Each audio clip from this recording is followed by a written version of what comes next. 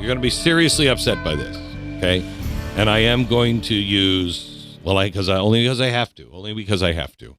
And 99% of me wants to. Okay, I lied. 102% of me wants to use the R word in this particular case. Tim Walz is upset because the president has called him retarded. Now, I think he might be retarded. I mean, and not necessarily, I don't know what his IQ is. Probably pretty low, but, I don't know if it's down to 60. But his PQ is definitely under 60. His political quotient is definitely under 60. The guy, he's, I put him in the category of, what was his name? Howard Dean.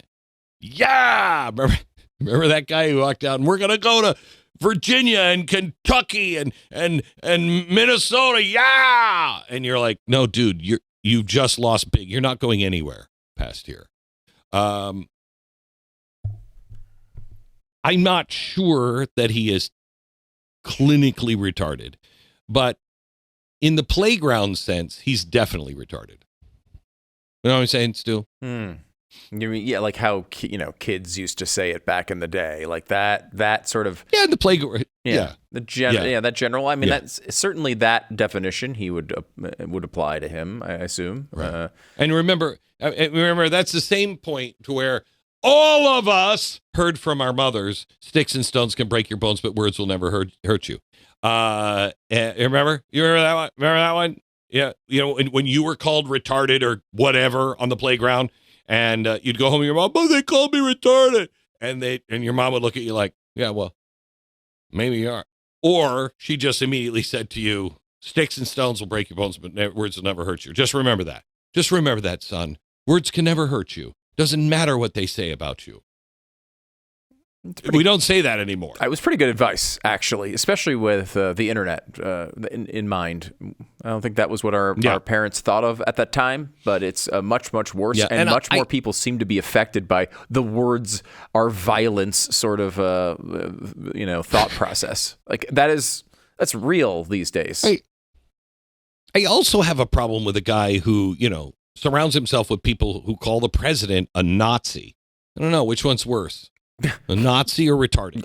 You know what I mean? Yeah, Nazis were really bad. That's actually a pretty serious accusation. Nazis were very bad. Fascist is another one, pretty serious accusation. Yeah. I will also note, or just weird. Yeah, I was just about to say that. That is exactly the reason he was on the ticket, is because he was name calling other people and calling them weird. It's his only qualification outside of he's massively inept. And corrupt and all the other things that would, of course, qualify him to be on a Democratic ticket. But outside of that, the only reason he stood out from all the other loser Democrats was that he said the word weird on TV once. And Kamala Harris, who has admitted that the reason she made, or at least the day that she made that decision, she was quote unquote overtired. Why would you point that out? I don't understand. But the only theoretical reason he was on the ticket was because he was calling people names. He called them weird. Which was another school like school playground like insult back in the day. You're weird, weirdo. Yeah, weirdo. Yeah, that was the way it was. And so he's able to enjoy the benefits of calling people childish names, but when he gets called those names, it gets really scary for him. I know. Well, he hasn't listened to his mother. He thinks words can actually hurt him. Now, Stu, do we know, does he agree with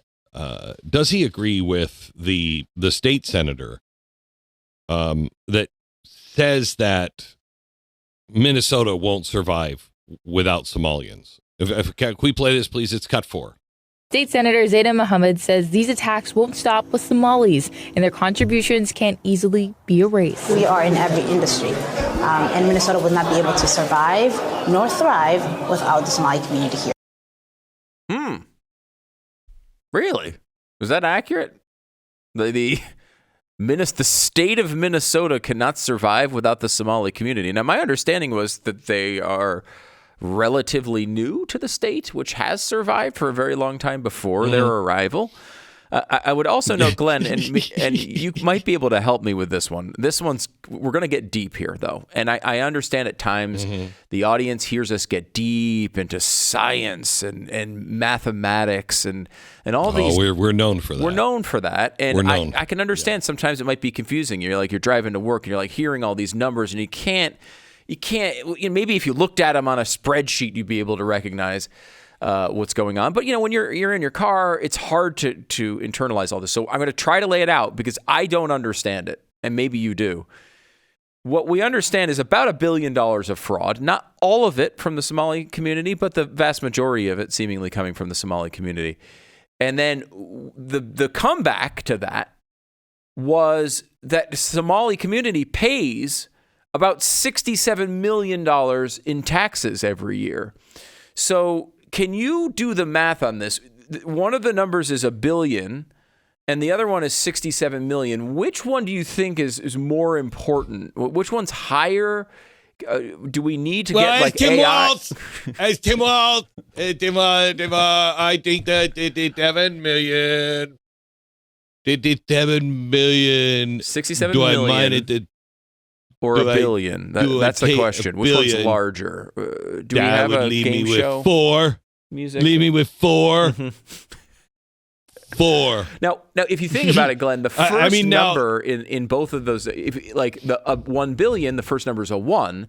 $67 million, the first number is a 6. So is $67 million 6 is bigger than 1? Right? Is it 6 times bigger than 1? That might be what's going on. I would say there are 933 reasons to say anyone who says that math works out is retarded. Okay? It doesn't work out. Now, look, because here's what they're saying. They generate $500 million every year. Okay. All right. And then they give back out of that, their taxes out of that, which this itself doesn't make sense to me. $500 billion in revenue is what they generate, but then they pay in taxes $67 million. But what we're missing here is the $1 billion of fraudulent money being taken from the taxpayer. So the $500 million doesn't do anything. Okay, that's still going to the Somali community. Yeah, half. I dare I say it, Stu? I'll get half AI the on size that. Let me ask what Grok. They just okay. All right. Okay. Oh, I don't know. Can Grok do that? That's like a 10-year problem. 10-year problem. Anyway, you've got half. All right. That number doesn't even. You've got $1 billion that has been stolen, $67 million that has been paid in taxes. That leaves $933 million. That is a deficit. You remain $933 million in the hole. I think we could survive without that. I mean, sure, we don't get your $500 million, but that's okay. That's okay because we'd have $1 billion that you didn't take. Yeah, that's right. I think we'd be ahead. And also, I'd note the people who are paying... By the way, that's if that's if we took every Somali and just lumped them into this, right? Which not. No, and I'm sure there's some Somalis that are part of that 500 million that are not crooked. They can stay. They're fine. I'm certain of that. And in fact, I would argue those are the people likely paying the $67 million in taxes. Exactly, the people who were stealing all the money weren't paying taxes on it, which is kind of the problem.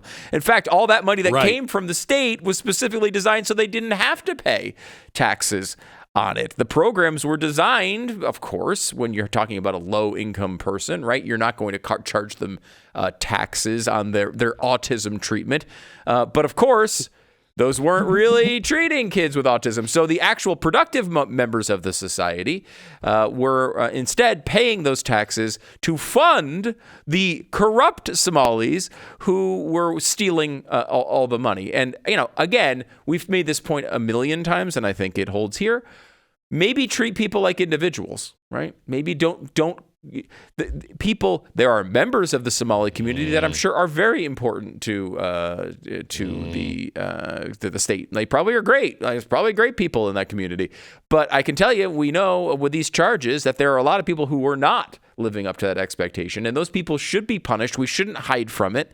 We shouldn't act as if this wasn't a massive problem in this group of people. Charge the people responsible for it and stop acting like we need them to survive. We don't need criminals to survive as a country or a state. Let me just, I'd have to go back to Tim Walz being upset about the retarded thing. Play cut 2, please. This creates danger. And I'll tell you what, in my time on this, I'd never seen this before. People driving by my house and using the R word in front of people. This is shameful. And I have yet to see an elected official, a Republican elected official, say, you're right, that's shameful. He should not say it. So look, I'm worried. We know how these things go. They start with taunts, they turn to violence. So deeply concerned. Founder of the taunt of weird thinks that taunt could lead to violence. That's so strange. Who's living in the world of he's a fascist Nazi. Mm-hmm. All right. Now suddenly, and I've never seen this. I've never seen anything like this, Stu. Never seen anything like this. I'm in my house and people are driving down my house and rolling down their windows and they're just screaming retard out. That's going to lead to violence. Look. No. I mean, it's not nice and it's wrong. Jesus wouldn't have done it. But I don't think Jesus had to put up with all these retards as politicians, quite honestly. So, I mean, I can't answer for that. Yeah, I don't know. I'm not a biblical scholar or a scientist or a mathematician. We've learned that. We've learned we can't even tell numbers apart.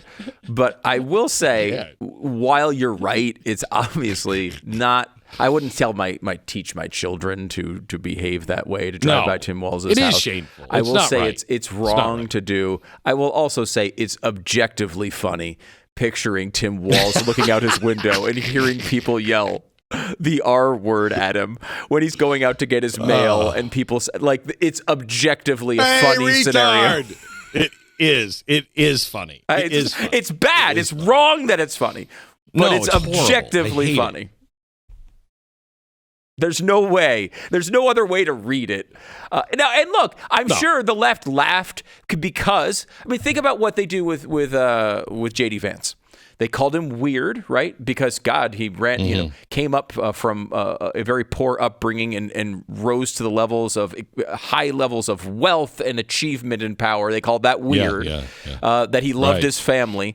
And they celebrate. We call that the American dream. Retard. Yeah, that used to be the American dream. Now it's weird. But they of course yelled this at him all the time. They make the meme of him looking like, you would say, potentially retarded would be the example of the meme that they've created to mock J.D. Vance. They constantly mock him with this. But that doesn't lead to violence. Calling people Nazis doesn't lead to violence, despite the fact that we've seen the President of the United States take a bullet from, after all of this has happened. We saw Charlie Kirk get assassinated on stage after people said that about him. But it's the R word being yelled at Tim Walz when he goes to get when he waddles out to get his mail. That's the thing we're supposed to be concerned about. No, I'm sorry. I mean, I don't want to see this in real life because I don't want it to happen because it is wrong. But I do want somebody to create an AI reproduction of just some kids driving by and he's in his fuzzy slippers getting the newspaper in the morning and these kids like in American Graffiti going, hey, retard. I mean, I do kind of want to see that. I do. Something AI is good. It's wrong. It's wrong of me, and Thank you for thinking for yourself and being part of a movement, because that's really what all of this is. If you want the full story, you want to go deeper, go to blazetv.com/Glenn. Go there right now, sign up, no interruptions, just the truth, uncensored and unfiltered. Don't just watch, take a stand. And I'll see you over there in a minute.